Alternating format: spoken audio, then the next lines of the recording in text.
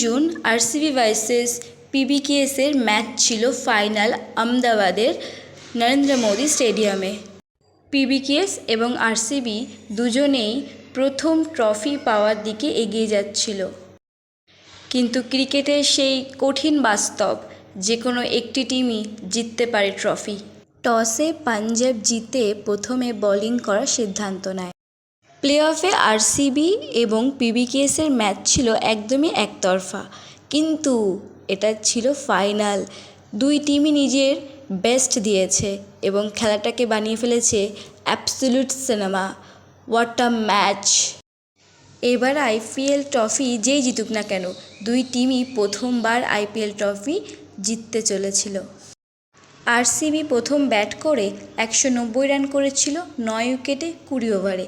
সেখানে পিবিকেএস 184 রান করেছিল 7 উইকেটে 20 ওভারে। এরই ফলে আরসিবি জিতে যায় 6 রানে পিবিকেএসের থেকে। 17 বছরের অপেক্ষা অতিক্রম করে আরসিবি আইপিএলের ট্রফি প্রথম নিজেদের নামে করে। আরসিবি প্লেয়ার পি সল্ট 9 বলে 16 রান করে, বিরাট কোহলি 35 বলে 43 রান করে, এম আগরওয়াল 18 বলে 24 রান করে, আর পাতিদার 16 বলে 26 রান করে, জিতেশ শর্মা 10 বলে 24 রান করে, কৃণাল পান্ডে 5 বলে 4 রান করে।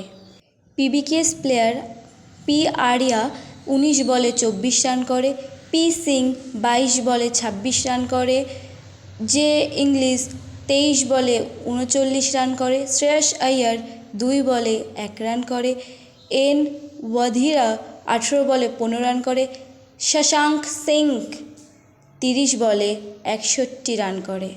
এই ম্যাচটির প্লেয়ার অফ দ্য ম্যাচ হলেন কৃণাল পান্ডে। আপনি কার ফ্যান, আরসিবি নাকি পিবিকেএস? কমেন্ট করে জানান। ভিডিওটি যদি ভালো লেগে থাকে please like, comment, share. Thank you for watching.